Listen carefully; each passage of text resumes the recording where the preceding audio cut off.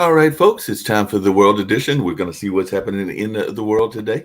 And of course, we've got a special guest as well. So we're going to see what they've got going on and what is happening in their world as well. But first, it looks like Putin has gone out and thanked the rebel fighters for abandoning that rebellion. And it looks like he is trying to restore control. And he definitely blasted the mutineers in that particular case. And of course, they have dropped all charges against the mercenary Wagner Group after the insurrection. And I'm sure that Sasha, who has got his Ukraine, Russia, China show, may have some thoughts about that as well. And hopefully, he'll be joining us later on today.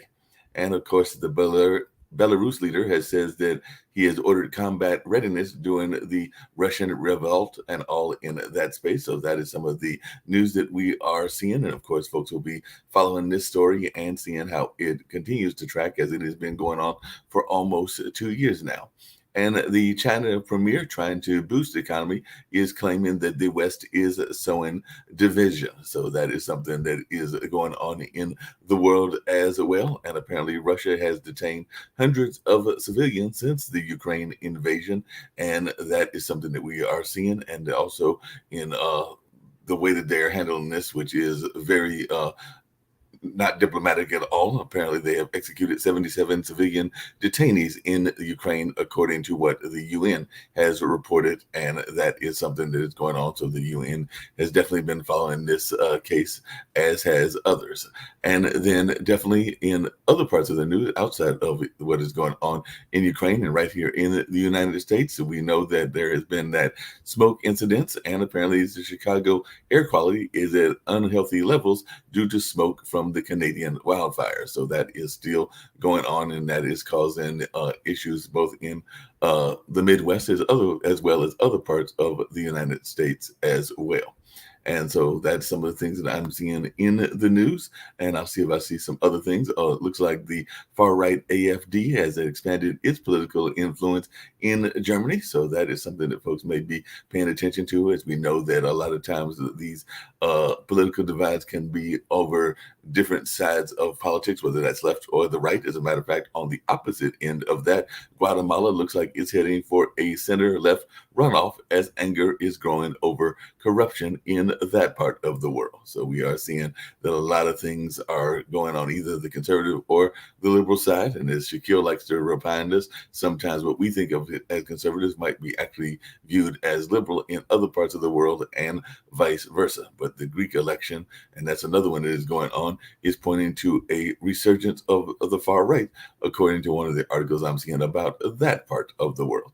And we know that folks are getting more and more out and about. I know that I've got a festival that I've got to MC on this particular Saturday, and definitely people have been doing more and more activities. That festival will be the Eno Festival here in Durham, North Carolina. But I see that there is expected to be, because they have lifted their COVID measures, about 2 million people that are going to be expected in Saudi Arabia.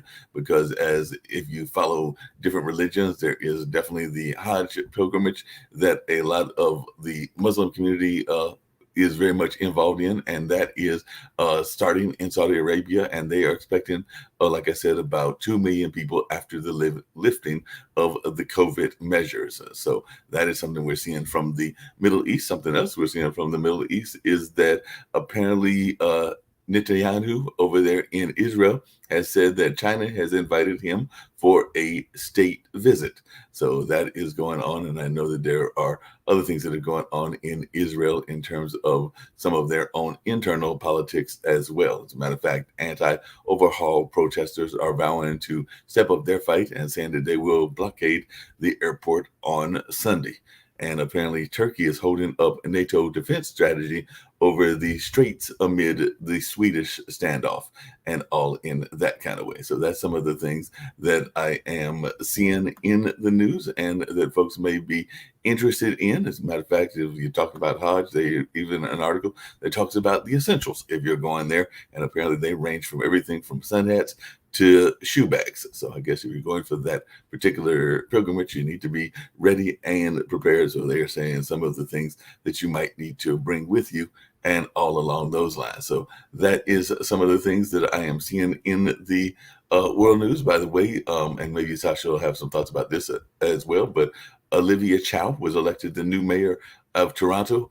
And we talk about how many presidential candidates and candidates there are for different offices in the United States, because I know we've got a series of Republicans that are running, and I think there are about 3 or 4 Democrats that are running, even though most people think that we're heading for a Biden-Trump rematch and all in that space. And I'm very curious to see what the guest has to say about that, and get ready to bring them on very shortly. But there were apparently in this Toronto race 102 candidates that were running for the office. So Olivia Chow was the one that won in that particular case. But that is very interesting, and we're going to see what that happens in that space. And another world issue, apparently South Koreans will get younger soon, as an age law is going to be taking effect in that particular part of the world. And South Korea has the lowest fertility rate in the world.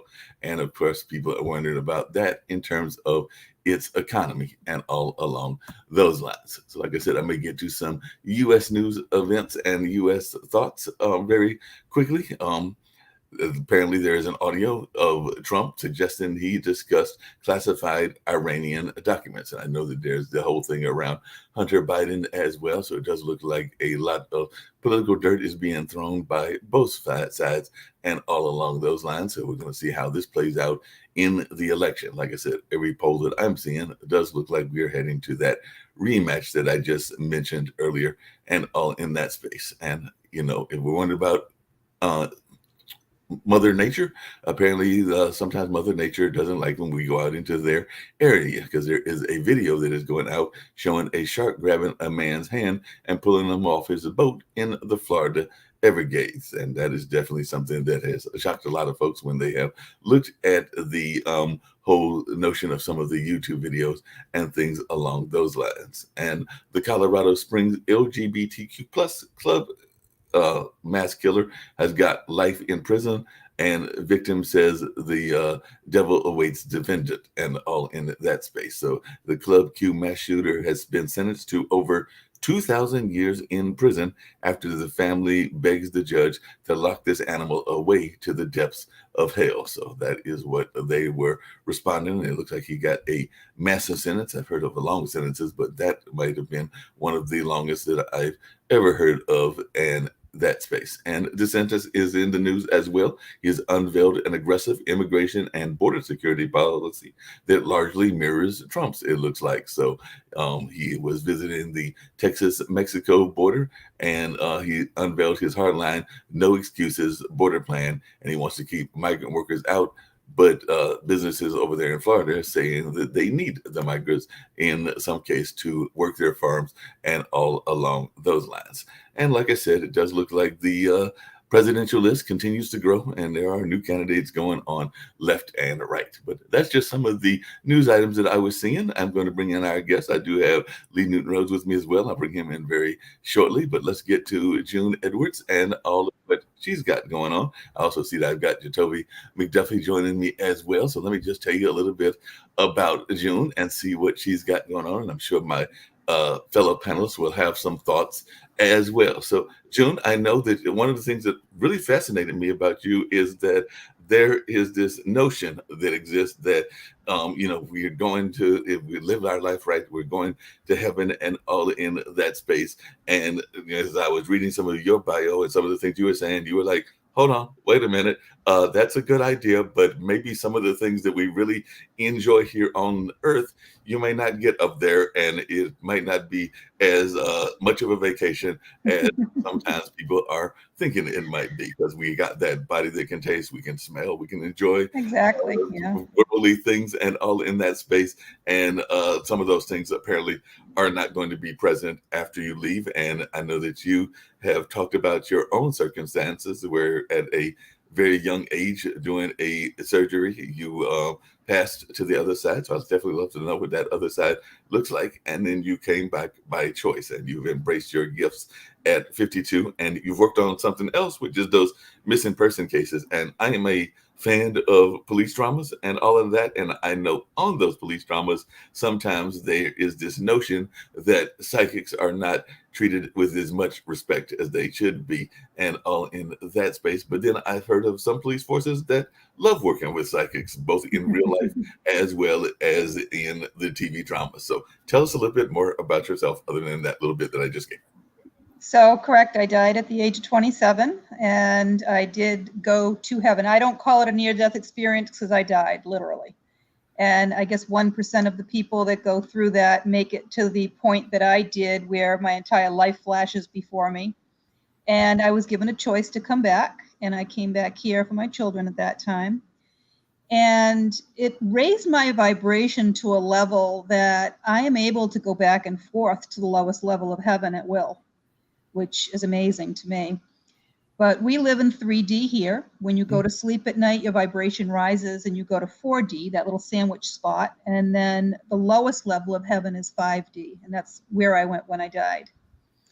And I've had these abilities since I was a child, but I was scared to death of them, and I blocked them for most of my life. So it's interesting on the other side, because everybody thinks that when somebody dies, they suddenly turn into an angel, and they remember all the good things about them. But I can tell you that if somebody was a jerk here, they're a jerk on the other side. If they were a nice person here, they're a nice person on the other side. They don't change. The only thing that changes is the fact that you don't have a body. So when I bring someone through from the other side, they can come through any way they want, because they can represent themselves as anything. They don't have a body. So for instance, my mom died at 93, and she comes to me around the age of 18 or 19, because that was the best time of her life. So that's how they'll come through, either the best time of their life or how they looked prior to passing. So you recognize them, one or the other. But time also doesn't exist. We created time here to make sense of a crazy world and try to have some control over it. But time doesn't exist anywhere else in the universe. So what I've been able to find is that we reincarnate here about every 350 to 400 of our years. Okay? It's about 3.5 to 4 years of our years to one on the other side. So for them, it's about every 100 years on the other side. And they wait until everybody here that they knew is gone, and grandchildren and great-grandchildren. They wait until all their connections are pretty much dissolved here before they plan another life, because we plan this life. It's like a Monopoly game. You plan it before you come here. So there's no surprises. There's no accidents. They do let you think you have choice, but your choice will always bring you back to the same point again if you don't make the right choice. And if you listen to your soul, you'll always make the right choice. So, yeah. Just really quickly, as you were saying that, because I know that there have been things in my own life, whether that was jobs or relationships, that after the fact, I was thinking that that was not the right choice. And you were saying that it was the right choice for the time, and that I should have gone through those. I'll give you a great example. You know, you have door 1, 2, and 3. You take door 1. You go through, you get married, you have a couple kids, you get divorced. Where are you again? You're in front of door 1, 2, and 3. Well, if you learned the lesson you were supposed to learn, whether it was patience, unconditional love, money and balance, if you learned the lesson, you'll take a different door. But if you didn't, you're going to take door 1 again. You're going to get married. You're going to have kids. You're going to get divorced. You're going to come back in front of door 1, 2, and 3 again. Now, if you learned that lesson, you're not going to take door 1 again. You might take door 2 or door 3, whichever one was the one that you know you're supposed to take. You still may get married and have children, but it's not going to end the way it did, because you learned the lesson the first time. And that's how they give you choice and free will. You can learn, you can't learn. It's your choice. Okay. The people in your life, the relationships that you have, are all there pre-planned to teach you specific lessons and to reinforce the lessons that you know. That's what the book that I just wrote, The 5 Love Lessons, is all about. Why you're in those relationships, why those people are in your life. Oh, well, and I definitely want to get into some of that as well. Now, I mentioned earlier the missing persons cases, and I do know that a lot of times police forces will use those people that are part of the psychic community. And like I said, if you're watching the narratives. And I know that right now the narratives are kind of on hold because of the writer's strike and some things along those lines. But definitely, if you watch those kind of old TV shows, whether it's SUV or what Law and Order SUV, or whether it's one of the Chicago police shows or Hawaii Five-0, a number of other ones, they will bring in the notion of a psychic. And like I said, sometimes they are welcomed with open arms, sometimes they are not. So I was just wondering your own relationship with these missing person cases, and how has law enforcement treated you when you have been involved in those cases? Well, to be honest with you, we did have one chief of police who, as he retired, became a psychic medium. But I was always brought in on the cases from the family, not from the police department. So I worked more with the family, and they would give the information to the police department that way. And sometimes they'd just have to tell them that it was a tip and not tell them that it came through a medium because they didn't want it dismissed. But again, I'm always getting my information and my education from the other side. So everything is energy. Everything in the universe is energy, and it's all how you pick up on that energy.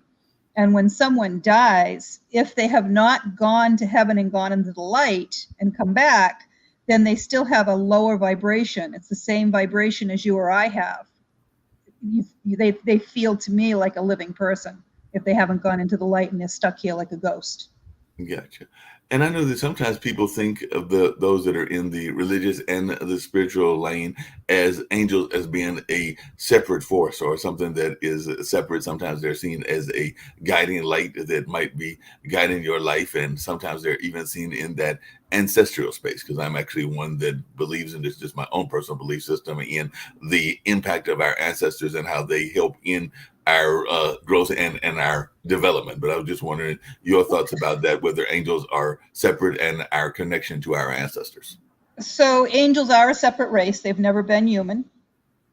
Their entire job is to help us, but they cannot help us unless we ask, and that's their rules. There's rules on the other side, the same as there are here, and that's their rule. So for instance, if you lost an item and you want St. Anthony's help to find it, then you have to ask them. And as soon as you ask them, trust me, you'll find it. But you have to ask. And they are constantly trying to get your attention and talk to you because they speak in binary code and numbers. So in most of my books, I do try to teach people how to understand how the angels are talking to them. You'll see sequential numbers, you'll see synchronicities, those types of things. They're trying to guide you on the right path and let you know that they're working and they hear you. Okay. When you pray to a higher spirit, then it's like anything else. It gets passed on down for for the angels to take care of certain things. You want a parking spot? Ask an angel for a parking spot. They'll find you a parking spot. That's what they do. And as far as our ancestors helping us, absolutely. Everyone that's passed to the other side, every archangel has a soul group, and you reincarnate every lifetime with the people in that soul group, and there's millions of people in each soul group. But you'll make that plan as to whether or not you owe them karma from a last lifetime if you did something wrong, or they owed you karma from a last lifetime. They'll come through into this lifetime to repay that debt. The people that loved you and were related to you and know you, friends and family, they're all on the other side trying to help you. A lot of times people will say, oh, my grandfather came to visit me last night. Well, if you're not meditating during the day and connecting to the souls so that you can hear them and feel them and they can direct you during the day, the only time they can connect with you is when you're sleeping at night. You'll raise your vibration when you're sleeping, and they'll lower their vibration to meet you in that dream state.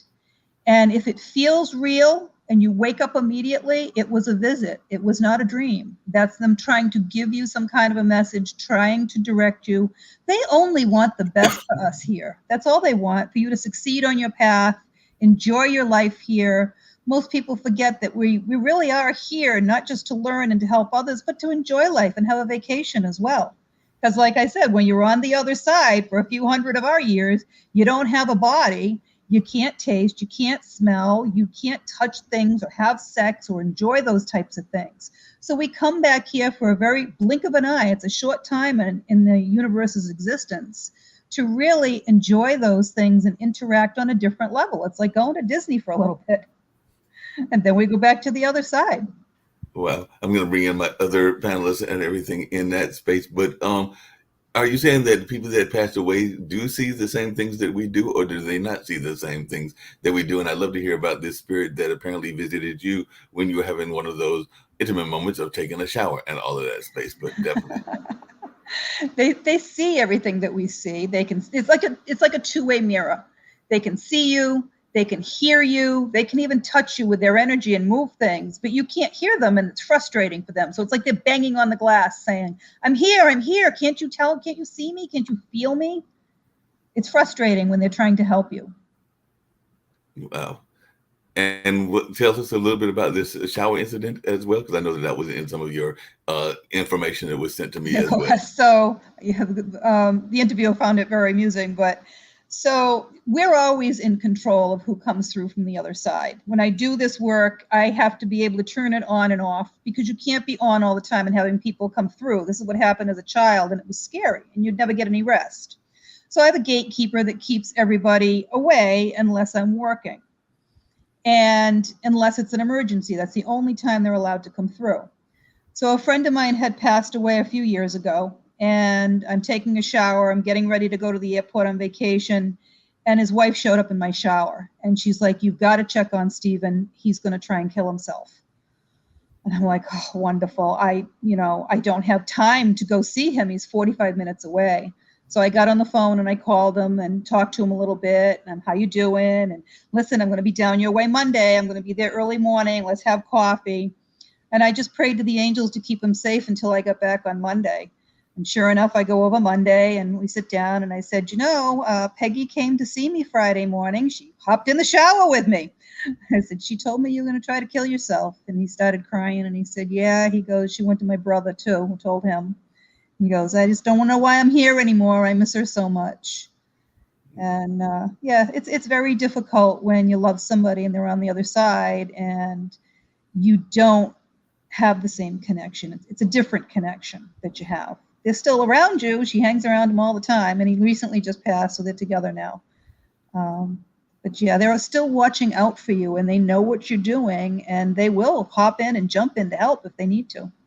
Well, I'm going to bring in Lee and Jacoby. They may have questions as well. As you were talking, I was going and I was thinking to myself, well, all of these horrible things that are happening in the world, whether it is the whole things that are going on with Ukraine and Russia and a number of other things around the world, it seems to me that those forces would be trying to change that and everything. So are they not really concerned as much about what is going on the world political lanes and all along those lines, or do they have other ways of controlling it? Because you mentioned the jerk concept and everything, and I'm thinking that just about everybody in the world thinks that Putin is a jerk and much more than that. So what you have to understand is that what's happening in the world right now is it's a war against good and evil. And it's been happening for thousands and thousands of years. It's just happening in our time right now. And it's not political, it's just playing out on that field. And you have to really look at it from a higher perspective and understand that you're not seeing the whole picture. You're not seeing, you're being told a small portion of what's happening. There's a much larger picture here, and it is literally all about good and evil. And always remember that good prevails, God prevails. Always. And this is a huge awakening for people that are here to elevate their soul, to enlighten their soul, to educate their soul, because that's what soul advancement is all about. We come here because we learn faster here as well than we do on the other side. And your soul advances faster. So the things that are happening, the positions that we take, the things that we see, are knowledge that we will take with us, and your soul will keep that knowledge from lifetime to lifetime. What is the biggest thing you learned when you had that visit to the heavenly dimensions and everything? So what is something that surprised you even on that trip that was fateful years ago?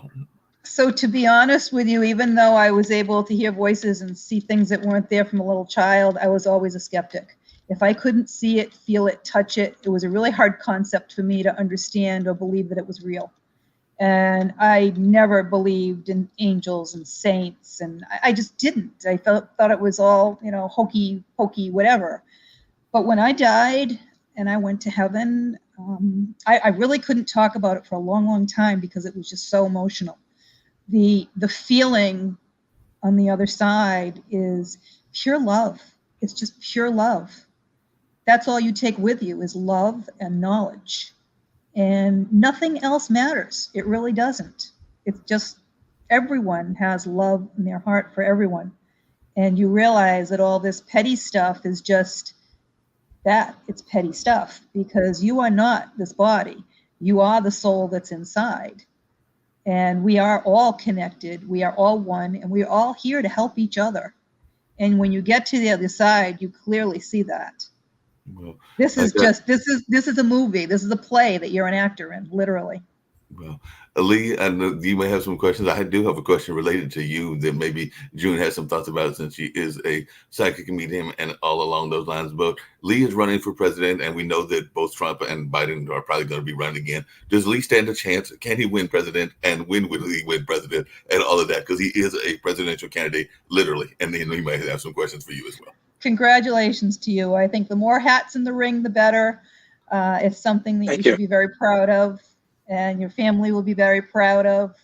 And yeah, stand up for anything. You never know. You absolutely, stranger things have happened in this world. If it's meant to be, it will be. That's for sure. Welcome to the podcast. Can I ask you a few questions about this? You said that you actually died. Not that. For how long? And when you came back, how did your family receive the information in terms of your knowledge of what's going on? So it's interesting that I knew, from a child, I never thought I'd live to be 30. For whatever reason, I just never thought I'd live that old. And when I died, I was 27. I don't know how long I was on the other side for. I was able to see everything that was happening to me, as well as everything that was happening, the whole hospital, everything, while I was watching the movie of my life play out.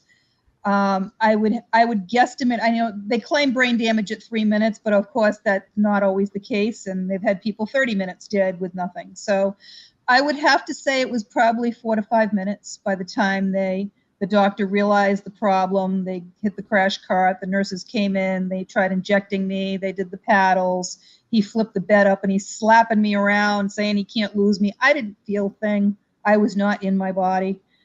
When I came back, the doctor came over and he's like, "Oh, you're really lucky. If this hadn't been the end of my month," he was a resident, "you wouldn't be here." I didn't dare say if I didn't want to come back, I wouldn't be here. But it was really, really hard for me to talk about it, honestly. I don't even know that I told my husband for a while because I had to process it. I really had to process it. And then every time I tried to talk about it for a long time, I would just break down and start crying because it was just, the feelings would come back. It's so emotional. And when I do mediumship now and I bring somebody through from the other side, a lot of times, and when I meditate, a lot of people that have near-death experiences, they don't make it to the level that I made it to. Only 1% of the people that die get to the point that I did, which was the lowest level of heaven.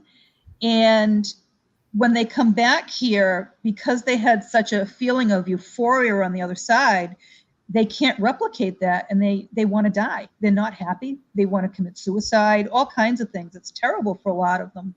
And if they would learn to meditate and connect with their soul, they can replicate that euphoria. And I recommend to everyone to learn how to meditate and get in touch with your soul, because that's who you are. And it elevates your vibration. It raises your vibration. And you'll have a happier existence. Your molecular structure turns over, you look younger, it turns the clock back. There's a million benefits to it. But the biggest one is getting in touch with your soul. And I can get that euphoric feeling back from being on the other side. My soul, more of my soul goes there so that I feel it more. Thank you. Did I understand correctly that you're able to connect with people who have passed? Yes, I'm a medium. I see ghosts. I see, just like animals see things that aren't, that other people don't see. I see ghosts. I can connect with people from the other side. I can bring them through. I've had pretty much 100% success in bringing through anybody that anybody wants to talk to. I mean, if you tell me you want to talk to George Washington and I can't guarantee that's him. I don't know the man and you can't tell me either. But if it's your mother that you want to talk to and I'm bringing her through, I can give you details that you can confirm. Oh, yeah, my God, my mom used to say that to me all the time.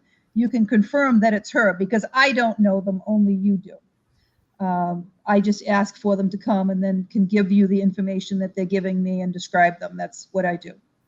And you mentioned 100% success. I mean, like, let's say I have a son who passed away 20 years ago. You have that stability to I do. And I work very differently than most mediums. Most mediums will just ask for people to show up, and for 20 minutes, you're guessing who they are. I ask you to call them specifically by name so that person is the one that comes, because that's what they do. When you think about them, they show up immediately. Anytime you talk about your son or anything, they're right there behind you. They're right there with you when you mention them. They don't ever want to be forgotten, and they're very happy to show up immediately. The hardest ones for me to bring through are the ones that think you're angry with them for some reason, or they think they let you down, like they committed suicide. I can still bring them through, but they're a little bit more challenging to bring through because they feel they let you down. But I still am able to get them through, yes. Toby, your thoughts? You're muted. I did have a question, but little guy came in and said something and threw me off for a second. This is really out of the box. So you said there's no concept of time. Yeah, time only exists for us. It doesn't. We created time here. This is why people set alarm clocks and have routines to try to have control over something that they don't, because time does not exist in the universe. It's only here. When you're saying in the universe, do you mean, another planet, in heaven, anywhere? It doesn't exist anywhere but here. They don't have a concept of time. They don't have, we get up today and tomorrow or next week. There's no concept. Everything just flows. So coming at it from a scientific perspective, trying to think about time itself, because one of the biggest things in terms of time, and that's the conceptual thing that you're trying to put forth. When the planets themselves, the sun rises, or their sun rises, or their suns rise and set. Yes, our time, our 23 hours and a certain amount of seconds per day was a scientific thing that we created, that we didn't really create, but we just tried to map out. Exactly. We live by it here, and we try to use it to our advantage or disadvantage, however you want to look at it. With other planets, are you saying that they're frozen, or that it just doesn't? They just don't live by a concept of time like we do. And this is why, so for instance, let's say you're praying and you're asking God, oh, please, I want to get married and I'd like to get married this year. Well, the universe doesn't have a concept of this year. You're the only one that has a concept of this year. The universe only knows you're asking to get married, so they'll do their best to bring you that person to make that happen at some point when they can. It's not going to happen in your time frame. It happens in the universe's time frame. But it's also going to happen within your plan if you planned that. If you didn't plan it, it's not going to happen at all. The part that kind of threw me is that you're saying that every other planet. I get the fact that, yes, our language is different from somebody else's language, or our concept is different from somebody else's concept. Our culture is different from somebody else's culture. It was just throwing me where the thought that planets were frozen. No, I get that. If there were a creature on another planet, they would live by a different understanding of their particular time. Totally. They may not. But once you die and your soul goes into the rest of the universe, there is no concept of time, and you can go back and forward in time. Because your soul is so big, it doesn't fit in this body. Okay. People talk about seeing an aura over your head. That's part of your soul that's outside of your body. And the majority of your soul is in the lowest level of heaven, the fifth dimension. And that's what orchestrates the timing of the events that happen in your life. So when you meditate, more of your soul can leave your body. Same thing when you go to sleep at night. More of your soul leaves your body. And you can literally project your soul out through any time period you want in the universe, not the time period you're in. You could go forward, you can go backwards with your soul. You can have your soul go anywhere. I'm trying to wrap my head around this. Mark, I just have a quick question. Yeah, for June, time doesn't exist in whatever medium that we're talking about. Does language? And if so, what language? So it's interesting. So if I bring someone through that does not speak English, I speak English, they will somehow telepathically convey to me that they speak another language. And I will reiterate that to the person that's sitting with me. I'm getting that they don't speak English. No, that's correct. They don't. But the thoughts that are coming through, and when they come through to me, they are speaking in English so that I understand them. Hey, June, along those same lines, how much, because, one of the things that happens in this world, and there's definitely been a conversation for a number of years, I would even argue a number of decades, has been division, whether that is around race, whether that is around gender differences, whether that is around orientation, whether that is around a number of other things. So how much are the angels and the ancestors what are they thinking about all of this division that we have? So they laugh. They laugh. They absolutely laugh, because your soul isn't black or white. Although I will tell you, I used to teach people how to meet their soul. And the first time I met my soul, it's black. I was like, oh my God, does that mean I'm a bad person? No, it's just how it represents to me. But your soul doesn't have a color. Your soul isn't black, white, brown, green. We reincarnate in this lifetime. Every time we come through, we reincarnate as a male or a female. Okay, that's our choice as to what role we want to play when we're here, because you're an actor in a play down here. You made this movie and this is what you're doing. And I can tell you that, for instance, I came through my last few reincarnations as a male. So when I came through in this lifetime, I had a lot of male traits, yet I'm playing a role of a female in this lifetime. So when I needed something done around the house, I was the first one to pick up the hammer and the nails. Now, what did I do to my husband? I took away the opportunity for him to play the role of the male in the marriage, right? Because that's what we're doing. We're playing a role here. And you have to recognize that. So I'm still, it's just it's confusing that the language translates, but the time doesn't.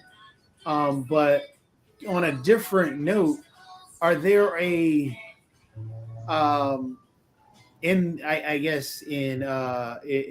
the Bible itself, it talks about the Gulf, the Chamber of Souls. So are you saying that there's only a limited number of Chamber of Souls? Or you know what? There are 176 recognized religions just in the United States. And I think for anybody to think that their religion is the only one that's right and all the rest are wrong. Yeah. I can only tell you what I have learned from the other side. So I've been exposed to a lot of religions, and they're all right and they're all wrong. And the Gulf itself has a concept, which is the Chamber of Souls. And what you're expressing is that that we reincarnate every 300 years, and it's 100 years for the other side. Even though I'm not sure how that concept of time works there. But then on top of that, I'm trying to figure out, does that mean that those souls that are here today are from 300 years in the past or in the future? Are there more souls coming? I mean, are souls created? More souls are coming all the time. So again, you die, your soul leaves your body gets buried. Your soul is now on the other side until you're ready to come back again. It might be 350 years. It's like I'm saying the average of what I've found, 350 to 400 years. They might wait 1,000 years to come back. There's an exception to every rule. I had a 10-year-old girl that came through immediately. But at what exceptions? But at what point on the Earth, for example, or if this is the only planet that we're, that's another question. Is this the only planet that it's happening on? And then on top of that, at what point do we reach that breaking point where if a soul wants to come back, there's nothing for that soul to come into? So there's always a body for a soul to come into, or a soul's not coming back. Okay. And before a soul can reincarnate, there's a huge process on the other side, because you have to meet with the archangels and other angels to make sure that you're ready to come back, number one. Okay. They don't want you committing suicide again if you did it the last time, because that's basically quitting the game. You were here for a purpose. You commit suicide, that's not acceptable out. Now they have to scramble to fix all the interactions that you were supposed to have when you were here. Okay. So, and then you have to plan everything. It's like sitting down and making a big Monopoly game. Hey, Joe, you're going to be my father this time. Hey, you know what? Sally owes me from last time because she borrowed money from me and she never paid me back. So I think in this lifetime, she's going to come back and pay a karmic debt to me. Maybe it's not financial. Maybe she'll have to house me. Maybe I'll come back homeless for a little while and I'll have to live with Sally for a little while so she pays back that karmic debt. It's a very your life is very complicated. You've made, some people are more complicated than others, but you made it that way before you came here. You chose. And again, you come here to learn, to teach, and to enjoy being here, because you're really here for a very short period of time. Hey, June, if you were evil in this world, and I'm going to come back, and Sasha may have some thoughts about that as well. If you were evil in this world, and everybody pretty much agrees that Putin is very evil and all in that space, does that mean that he was like maybe Stalin in another lifetime, or that he was evil in the past, or how does this translate? So everything is perspective. You think he's evil, other people don't think he's evil. Other people think he's a savior. It's all perspective. Everything is perspective. And I can tell you that the only people that I have not been able to bring through that are, as far to my knowledge, are in hell, the only people that I have not been able to bring through are people that have taken someone else's life and have no remorse for it. Okay, June, on the other side, is there ultimate truth? Yes. Yes. So then how do we deal with multiple religions? How do we deal with it? Where? Here or there? Here on Earth, I understand that. Man is imperfect. Man doesn't have all knowledge, what have you.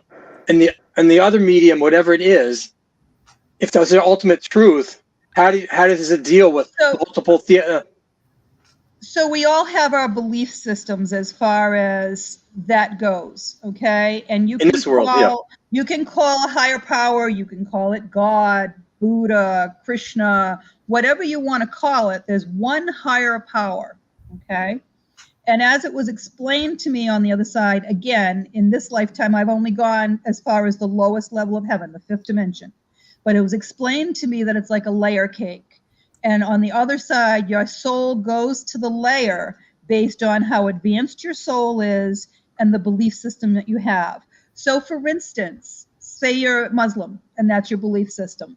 You will go with that group of people, depending on how advanced your soul is, into that level of heaven when you go to the other side.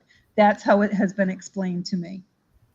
But what if somebody like me or Jatovi just make up our own religion, which is false? There have been cults in this world. People buy into them. Is that going to exist in the other world? Because that's what you believe. I honestly can't answer that question because I don't know. And if I don't go to the other side and they give me the information, then I don't know.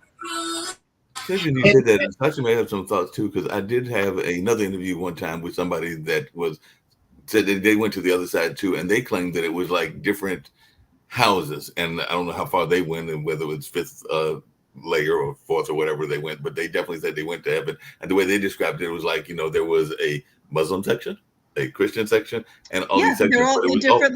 They're levels. They're different levels based on, again, how advanced your soul is, because some people's souls are more advanced than others as well. Okay? How does one's soul advance?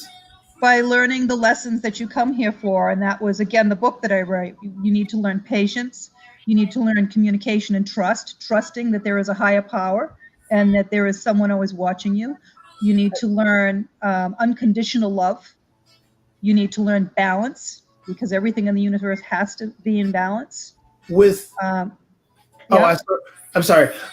Because, I guess this ties into Lee's question more so. Knowing, okay, if there's one truth and then there are many, many different religions, does that mean or no religion? is further along soul wise. Not necessarily. Not necessarily. You know your religion because it's what you were taught. If you were raised in India as a Buddhist, then that's the religion that you would know because that's what you were taught. And the knowledge that your soul has isn't solely based on religion. Okay? And who's to say that that religion is any different than the Christian religion? Who's to say that who's to say that the people that are in the Bhagavad Gita did not exist and didn't live? I'm sure they did, just the same as Jesus lived. Just because you're around the world or it's different people or different sections, nothing says that one is right and one is, that they didn't happen, okay? What I believe and what I've come to learn is that all religions are right and all religions are wrong. But so religions themselves, the fact that they're organized, they have purposes to serve and they're good and they're bad. They all become businesses. Okay, they all have the concept of hopefully teaching love, trust, kindness, bringing people together for social, those types of things. Those are all the good qualities that they're supposed to be having, they're supposed to be doing. But then they all have exclusionary stuff too. Oh, if you're divorced, you can't have communion. Oh, if you're not a Catholic, you can't have a communion. That's all exclusionary stuff. And we create that here. People pick and choose what they want to do with any religion. Jim? And so, yeah. How about the non-believer, the person, the atheist who believes there is no God? This is it. There is no other world. It's funny because I never met an atheist until about 5 or 6 years ago. And a dear friend of mine is an atheist. And we sat there one night talking about stuff. And I'm so passionate about the other side because I've been there and I go back and forth all the time and I know what I know. And he's like, oh, I don't believe that there's a God. I'm like, what? He goes, no. He goes, I think we're like ants. He goes, we're here, we do what we want to do, and then we die. And I was like, wow. I'm like, well, if you want me to tell you what I know, I'm more than happy to. It's not my job to change your mind. It's if you want to know, I love to tell you, but you're going to believe what you want to believe, and your belief is usually based on what you have experienced, okay? And that's where your knowledge comes from. Knowledge comes from experience, not what you read in a book. That's just an education. But your knowledge comes from firsthand experience. And until he has something that he firsthand experiences, his knowledge isn't going to change. His belief isn't going to change. So I ran into him about 1.5 years ago, and I asked him, so are you still an atheist? He's getting a little older. He goes, I'm not so sure anymore. I'm like, really? What changed? He goes, well, I had a visit. He goes, my father came to see me and I was awake. I'm like, isn't that nice? So he goes, I'm still trying to process it. I'm still trying to process it all. He goes, but I've started to really look into things since that happened because it was just so crazy. And again, it'll change because his belief changed because his knowledge changed. Hey, Well, Joe, what about those? I mean, I guess to tie into the atheist, because the atheist perspective, is a very important one, as well as those that, believe in science, for example. Even with a visit or a vision, they're still going to believe, it's, what is it, the temporal cortex? So let's go with science then. Energy can't be created or destroyed. Hello, science. Well, that's, you can measure the soul as it leaves a body. It's been done. They can measure the energy level of the soul leaving a body. I've physically seen it with my own eyes. I was able to witness my mom's soul leaving her body when she died. But they have energetically proven that, and they've weighed the body. I guess the soul has some kind of a weight to it. It's minuscule, but it exists. Or it could be whatever, but they have energetically proven that the energy level changes as the person dies and the soul leaves the body. But again, getting back to the question of, soul advancing, and does that mean that atheist or that scientist, their soul doesn't advance? Well, absolutely not. It just means, again, they chose to come here and play a role in this movie where I'm not going to believe in God in this world, and I'm going to see what happens. That's the role they chose to play. You know, when you get to the other side, trust me, everything that I tell you, you'll be like, oh, wow, this is real. Wow, this is great. It's amazing. Sasha, any thoughts and everything? And maybe June can tell you whether you're going to win another championship because you are a champion chess player, and maybe you're going to go and win another chess championship and all along those lines. Or maybe Jacoby's going to finally get that esports center of his that he's trying to get running as well. Hi, June. Just a question. Do you play chess? I do play chess. I love it. Yeah. What's your level approximately? I suck. my kids beat me constantly, but I still love the game. It's like golf, you know. I'm not the best. Some days are better than others, but I love the game. It's a very logical game, and of course, by loving chess and playing chess, you're a very logical person. But let me ask you this: you just mentioned previously that okay, when person is dying, so his body is buried, and his soul is flying into outer space or whatever. Now, so by definition, there are many more souls exist than the bodies available. Oh, yeah. Right? Yeah. Now, if you believe in a concept of competition, which as a chess player, obviously you would, so then there is a huge competition.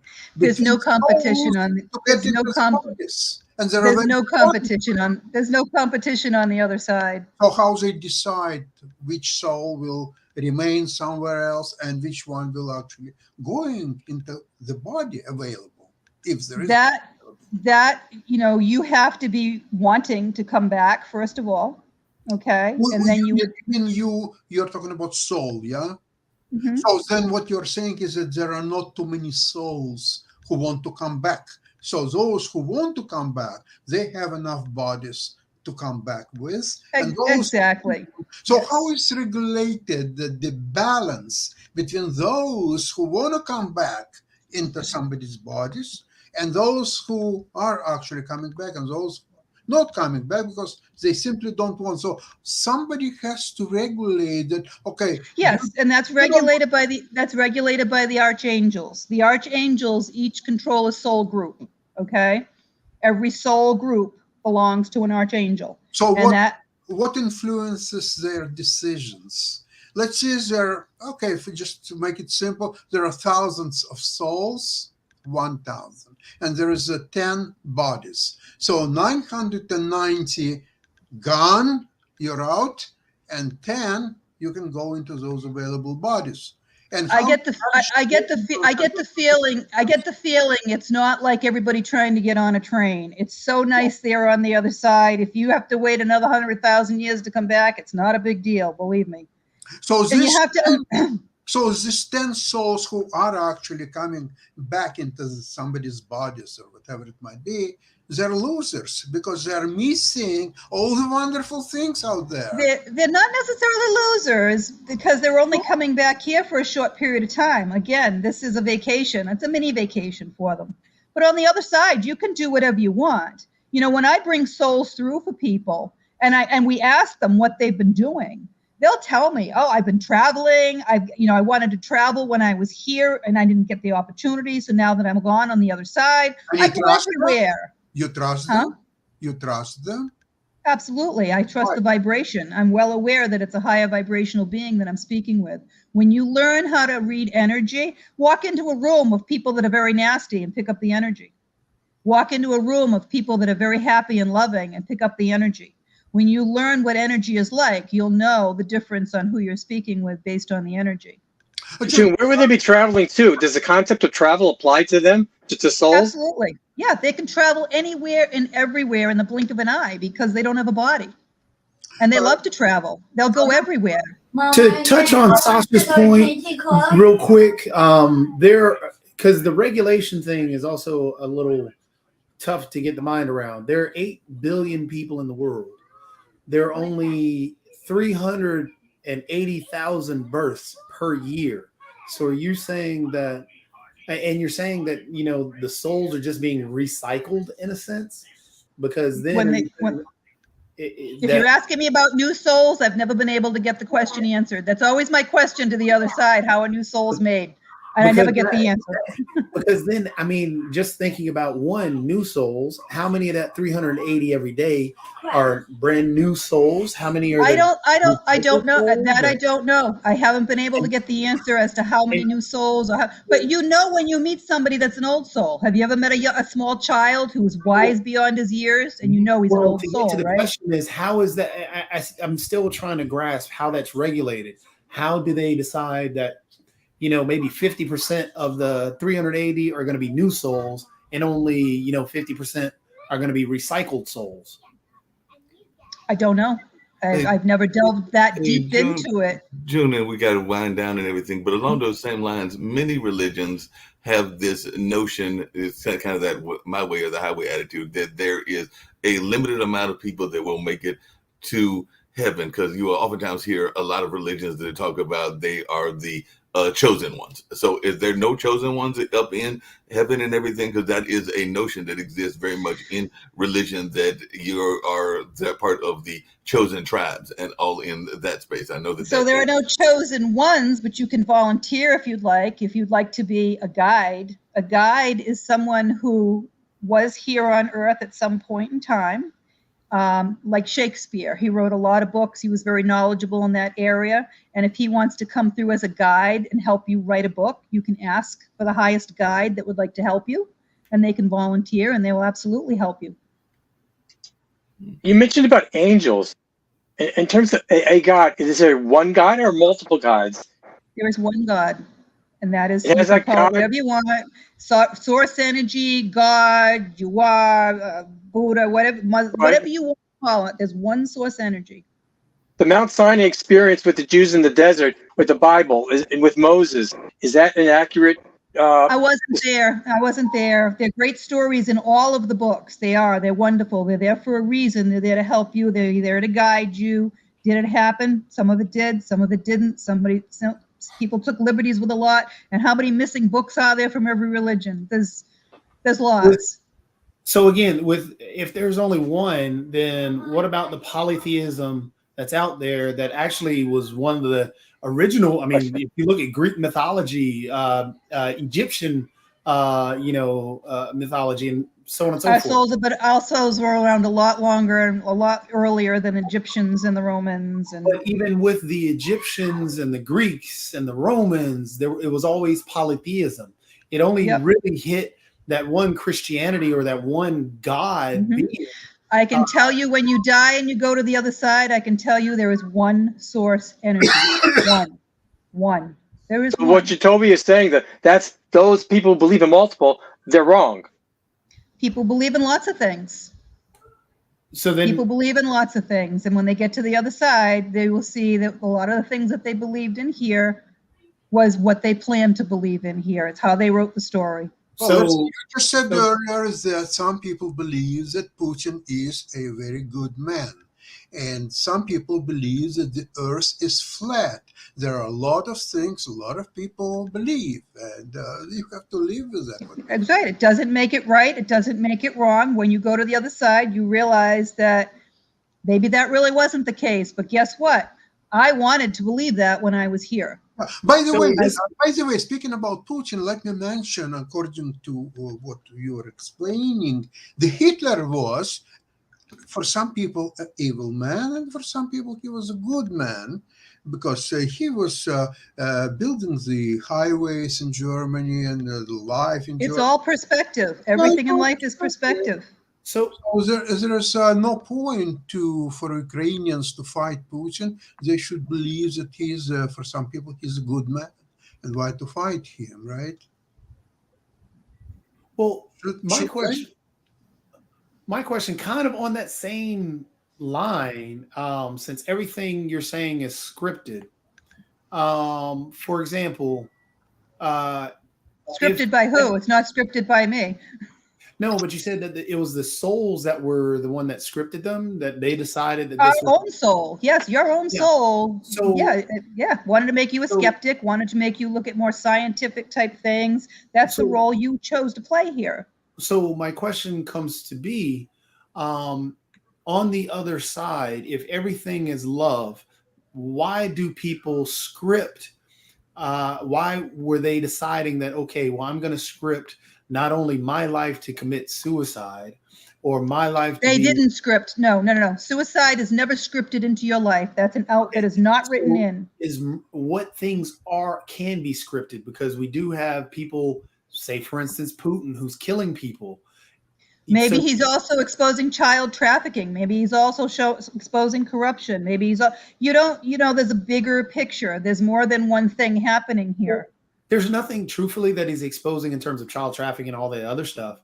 And the same thing, like when for example, one of the singers, maybe he's a demon. Maybe he's evil. Maybe he's playing the evil role and someone else is playing, the good role. Again, this is not political. This is a war of good and evil that's playing out. Yeah, it's not politics, and it is definitely a war. I mean, if we even go on the concept of war, good and evil, the thought process of why would somebody script themselves to seem evil just to be in a play?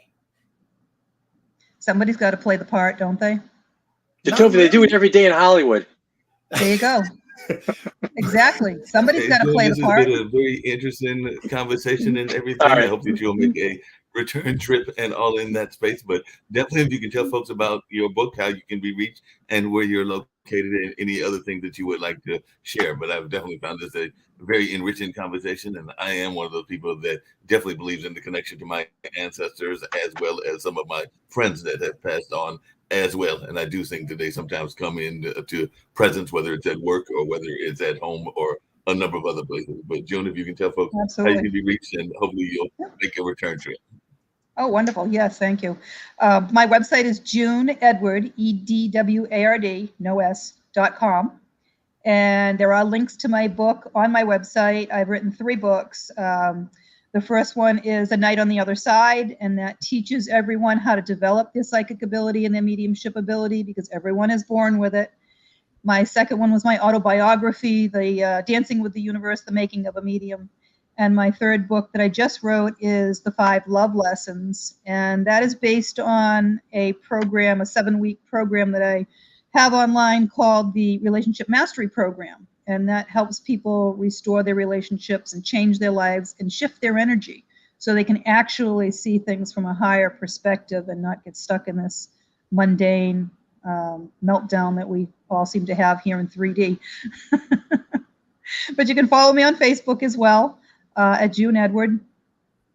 And I thank you. I enjoyed this. This was quite interesting, lively. I don't have all the answers.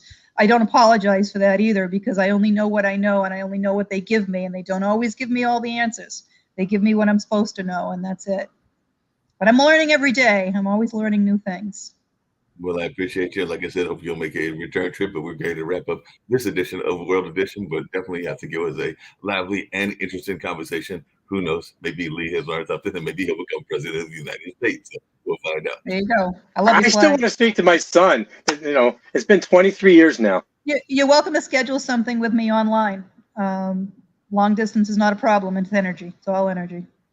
You have a wonderful day, man. Nice to meet you. You as well. Thank you.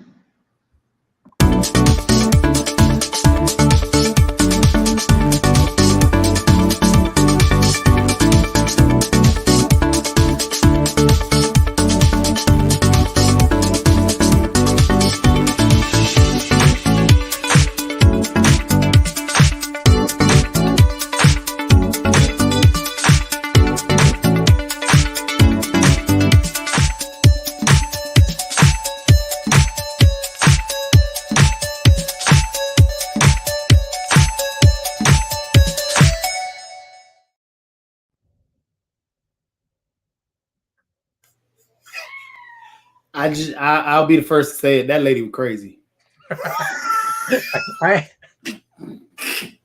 Sometimes it's just entertainment, Toby. Yeah. Story years ago. This is a true story. We were walking down I don't know if you're familiar with Coney Island in New York, and they have these psychic booths there.